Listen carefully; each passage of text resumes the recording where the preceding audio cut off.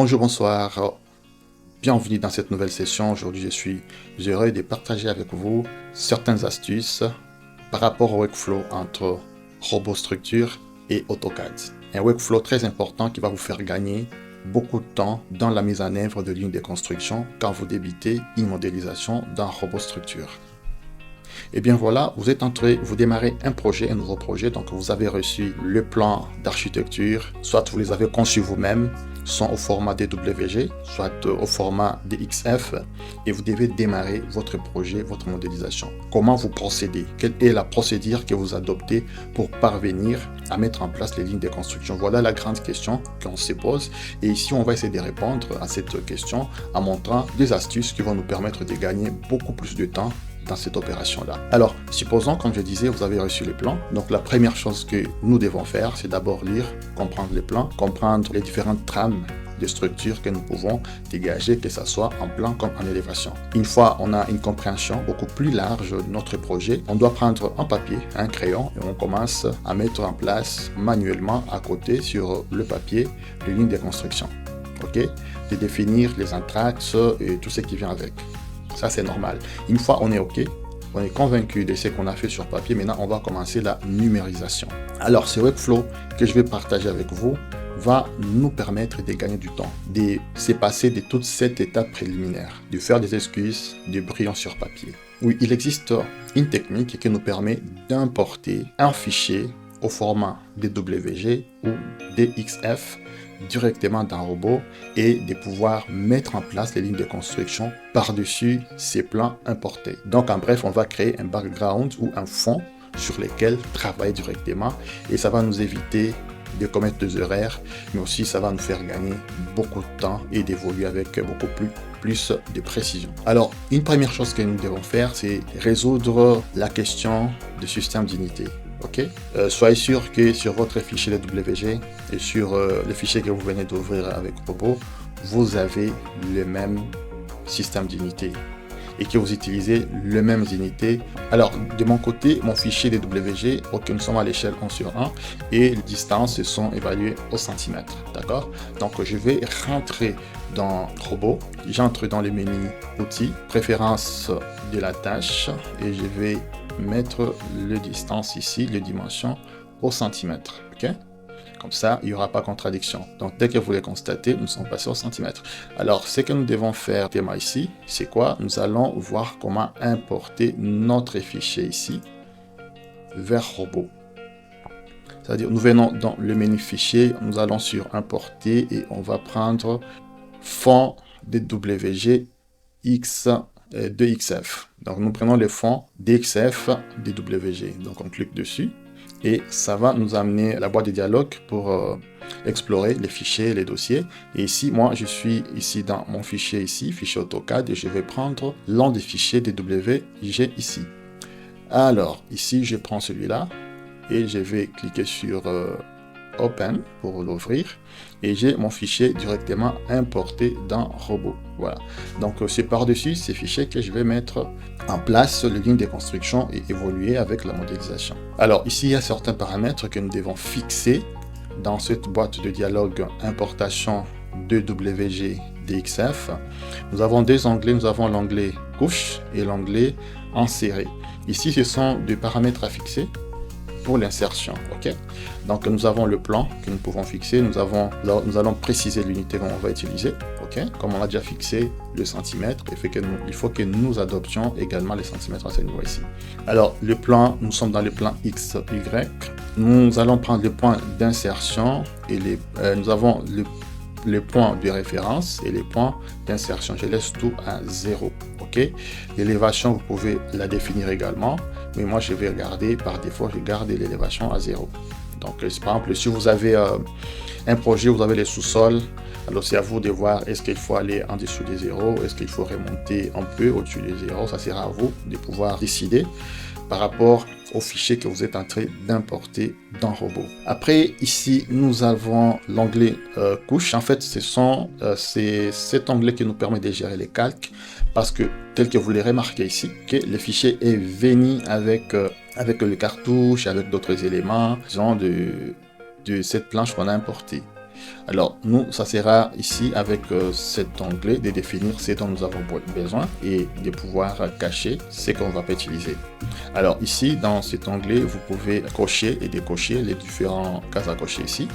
Donc je vais tout décocher et je dis, moi je vais rester uniquement avec le mur coupé. Alors je vais appliquer et je vois que c'est OK. C'est ce que je vais avoir pour faire mes lignes de construction. OK.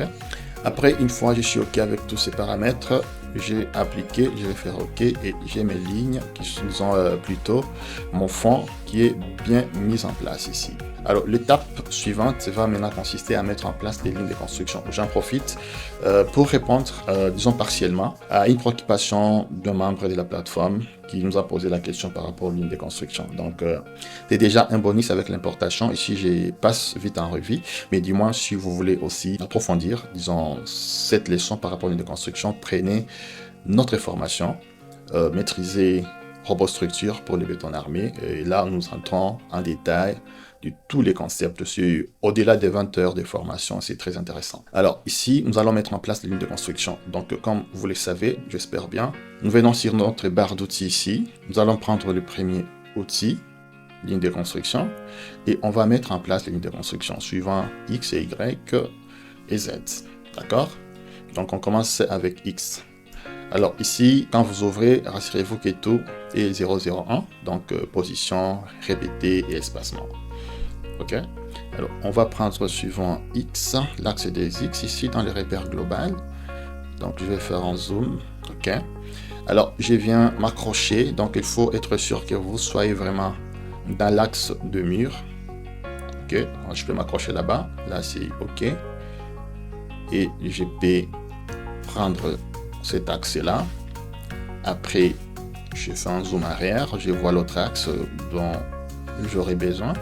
Par exemple, je prends celui-ci. Je vais l'ajouter aussi. Et je prends aussi là. Donc, il faut être sûr d'être accroché au bon endroit. Après, je peux prendre enfin ici. Non, je ne suis pas encore arrivé. Voilà, là-bas. Je prends celui-là. Alors, je vais sur l'axe Y. Donc là, je vais changer la libellée. Je la prends à ABC. Et là, je prends la première ligne. Je vais remonter. Je dis par exemple, je peux prendre ici. Bon, c'est à titre illustratif. C'est juste pour vous montrer le principe. Il faut être dans l'axe du mur. Il faut être dans l'axe du mur. Voilà, là-bas. Je monte encore. Je peux prendre un autre ici. Par exemple, celui-là. Je l'ajoute aussi. Je vais prendre là aussi. Par exemple. OK. Et je peux dire OK, je finis avec cet axe. Non, pas là-bas. Le suivant Y. OK, là. Voilà, là-bas. Alors, je prends l'axe des côtes. Donc, je vais prendre par exemple 2 fois 300 cm. La libellée, je la place à valeur. J'ajoute. Et je pense que tout est OK. Maintenant, je peux valider. Voilà, les lignes de construction sont mises en place, telles que vous les remarquez. Combien de temps on a mis? Et trop peu de temps. Donc, nous nous sommes passés de cette étape ici, où nous mettons en place sur Brillant les lignes de construction, on mesure, tout ça. Ça peut vous prendre normalement peut-être 50% du temps normal que vous pouvez mettre. OK? Alors ici, avec ces workflows ici, ça va très vite. Les lignes de construction sont mises en place avec précision, avec un gain de temps important et c'est très intéressant. Voilà. Voilà, on peut voir tout en mode vue. Voilà, nos lignes de construction sont bien mises en place. Je pense que je vous ai montré l'essentiel. J'ai répondu aussi d'une façon ou d'une autre à la préoccupation de notre ami. Et ici, je vais finir par vous montrer quelques gestions de fonds, comment gérer ces fonds ici. Alors ici, vous allez voir dans les gestionnaires de l'objet ici, des objets. Ici, on va voir dans les gestionnaires d'objets que dès qu'on va rentrer en plan, ok, dès que nous sélectionnons notre, donc là, sélectionne notre fond. Alors, qu'est-ce qui se passe? Déjà, nous voyons ici dans la catégorie, dans l'arborescence ici, catégorie objet auxiliaire, nous avons déjà les fonds qui est référencé, ok, qui est bien documenté ici. Et quand nous cliquons dessus, il y a des propriétés relatives à notre... Il y a des propriétés relatives à notre fond, à notre background qui sont affichées ici. Alors, ce que je vais vous montrer ici, une fois on a mis les lignes de construction en place, on peut se dire, ok, on n'en a plus besoin. On peut maintenant évoluer ça sans, disons, cette référence-là, ok. Donc, vous viendrez ici dans les panneaux des propriétés, géométrie propriétés. Vous allez chercher là où les champs activés. Vous cliquez dessus et vous pouvez changer, passer des oui à non pour masquer notre fond. Là, le fond est parti et on peut évoluer. Si vous jugez à un certain niveau de la modélisation que vous n'en avez plus besoin, vous pouvez les masquer de cette façon. Tout comme vous pouvez les faire apparaître de la même façon. Donc, vous sélectionnez, les propriétés s'affichent, vous venez changer les champs ici à oui et ça va réapparaître. Vous pouvez aussi, pour raison de visibilité, changer la couleur de votre fond. Donc, vous dites, ok, là, je ne vois pas très bien. Je peux passer par exemple à une nuance de rouge pour que ce soit beaucoup plus visible. C'est ce que nous voyons. Et c'est très intéressant, ça vous fait gagner du temps, ça vous met aussi dans un bon confort de travail. Voilà. Voilà donc, si vous voulez approfondir cette thématique par rapport à la mise en place des lignes de construction, je vous invite à prendre la formation Maîtriser RoboStructure sur la plateforme SeedLab Project. C'est très simple d'y accéder. Donc, vous tapez dans votre navigateur SeedLab Project, seedlab-project.com. Vous allez chuter sur cette page où vous pouvez, si vous ne l'avez pas encore fait, créer votre compte à partir d'ici. Vous entrez vos informations, puis vous lancez, vous créez votre compte, c'est en quelques secondes. Après, si vous avez déjà un compte, vous n'avez qu'à vous connecter. Donc, soit vous vous connectez par votre email. Si votre adresse email est du domaine gmail.com, vous vous connectez directement à travers votre adresse. Donc, une fois connecté, vous pouvez explorer notre catalogue. Actuellement, nous avons deux formations par rapport à Robot et par rapport à Revit. Supposons que vous prenez, et je vous montre comment vous pouvez y accéder facilement, c'est dans quelques secondes. Donc, supposons que vous prenez cette formation, que vous pouvez prendre une formation, par exemple celle-là. Alors, une fois la mise en panier faite, vous rentrez sur votre, disons, à côté de votre avatar ici, vous cliquez sur le panier et ici, vous pouvez effectuer les paiements sans difficulté en quelques secondes. Actuellement, on a mis en place un système qui vous permet de payer par tranche. Donc, vous pouvez payer soit en une seule tranche, soit vous payez par tranche, selon le nombre de chapitres que la formation a. Ok. Donc, si vous voulez payer par tranche, vous n'avez qu'à activer le bouton ici. Vous voyez la tranche minimale que vous pouvez payer et vous pouvez entrer le multiple de cette tranche pour autant de chapitres que vous voulez prendre en premier. Vous pouvez décider d'en prendre par exemple 1, 2, 3, 4 chapitres en premier et évoluer progressivement. Mais également, dès que vous avez votre formation, vous avez accès à notre forum pour vous accompagner dans votre formation.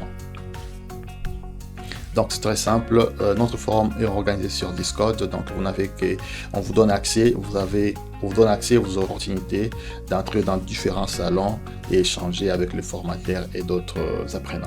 On se retrouve la semaine prochaine pour une autre session avec un autre sujet. Merci et surtout dites-moi en commentaire ce que vous pensez de cette thématique et comment vous y prenez avant. Ça sera très intéressant de pouvoir vous lire.